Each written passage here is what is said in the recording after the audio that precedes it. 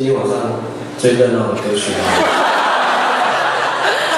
你的行业也只有这样，然后接下来就很沉闷。哦，听音乐比较有拘束啊，喜欢就摇摇啊，如果觉得还不错的打野节奏也不错了，要不然感觉好像你们在看电视，哪一个不能转台，就是这样好像不太好，好不好？接下来歌都比较沉闷了，你已经错过一次机会了。下一首歌是一首我看到，因为我开始喜欢做这些文化活动的时候，其实有一阵子就是，其实我也是离开部落好长一段时间，再回去看部落的文化的活动的时候，其实会有一种很奇怪的矛盾，然后老人家突然有一年。我记得是在2000年还是1999年吧，就那个时候有一个祭典，我们将近快20年、30年没有办，就是祈雨祭，祈求下雨哦，不是雨哦，下雨这样。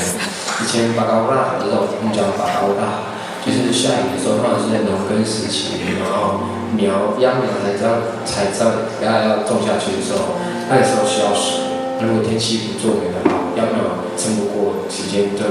会死掉了。对，所以那个时间很重要。然后这个祭典通常都在那个时候要唱这样的。可是因为宗教关系吧，大家也开始信主信耶稣，今天也这样看。然后接下来又有科技，开始有新闻气象报道，慢慢的这样的依赖跟原来的那种信仰有些矛盾。也慢慢把这些事情遗忘掉了。其实我知道部落还有很多巫师，然后在那里刚好，我觉得那个时代刚好文化开始被大家认同。1995年张惠妹出现，1996年亚特兰大奥运主题国礼拿公，就一直那种原住民的热潮，一直延续到2000年，陈建年纪晓君的金曲奖。陈建年还打败王力宏，你的对手是王力宏，还有陶喆啊，陶喆那年很生气，还有上一个周杰伦，那几年真的就是那个原住民的形象开始透过这些大众人物这些前辈们有些转变，那相对的在部落里面有些文化就渐渐有机会浮在台面上。这个祭典我从小到大都没看过，那是我人生第一次看。以前阿美族，我们相信上帝相信神是怜悯的啊，只要你有祈求，就是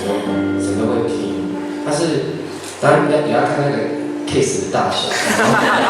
小的事情可能神会听，那如果太开心有没有一下子要太大的话，可能这个东西就不见得会灵验。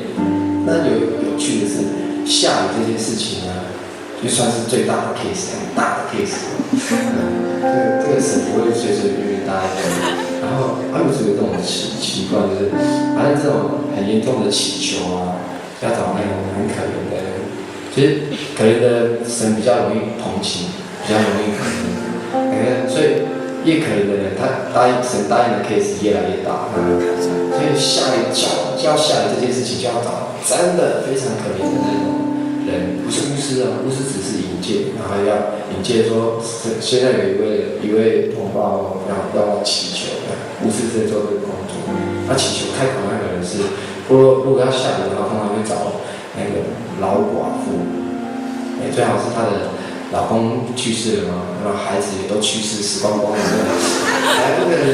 那种老寡妇。去祈求下雨这件事情，神才会答应，因为他已经很可怜了，无依无靠的，无靠，怎么讲？无依无靠，应该不是无依无靠，这样。然后，因为我没看过，当然老人就听老人家讲，其实通常这样很可怜的人，心态都会有一点点不平衡，他不会随随便便就愿意替大家讲这件事情。就跟神祈求，所以一旦真的有这样的人，其实那样的阿嬤其实非常有大爱，部落人会非常认同这样的老妇，所以他的祈求就会变得很稳当。歌谣不断的被传唱下来。但其实剧也都我不会唱嘛，对，而且有禁忌，也不能随便